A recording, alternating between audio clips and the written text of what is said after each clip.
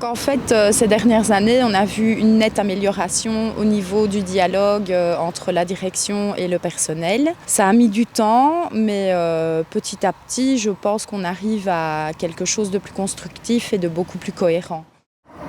La direction qui était en place quand on a installé la délégation syndicale est partie et a revendu la maison de repos au groupe Vulpia. Et avec les directions qui se sont succédées depuis Vulpia, la concertation sociale est respectée. Avant, c'était zéro communication, quoi. Il n'y avait aucun dialogue avec la direction. Et maintenant qu'on est bien en place, qu'on est bien ancré, il y a des discussions possibles. C'était une nécessité. À la base, c'était vraiment très très important parce que la direction se permettait tout et n'importe quoi par rapport aux horaires, par rapport à notre temps de travail. C'était catastrophique. Il y avait un manque de personnel très très important et ils ne voulaient pas entendre que c'était problématique pour obtenir des soins de qualité. Voilà, c'est un peu ça qui a lancé le projet en fait.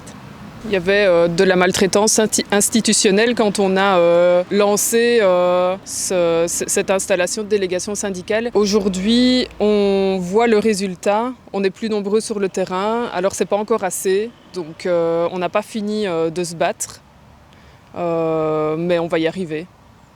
On est positif. Ouais. Par rapport à il y a 4 ans, on va dire que la législation de base est respectée. Ce qu'on va essayer de faire, c'est de l'améliorer. Il y a quand même un point qui est hyper important, qui a été solutionné cette mandature-ci. C'est l'écartement allaitement, l'octroi de l'écartement allaitement qui n'était pas respecté ici dans le groupe Vulpia. Et depuis le mois de janvier 2024, c'est à nouveau octroyé. Après leur accouchement, les travailleuses allaitantes sont écartées pour 5 mois à partir du jour de la naissance de l'enfant. Moi, je suis vraiment très fière parce que c'était personnellement mon objectif de mandat et j'y suis arrivée.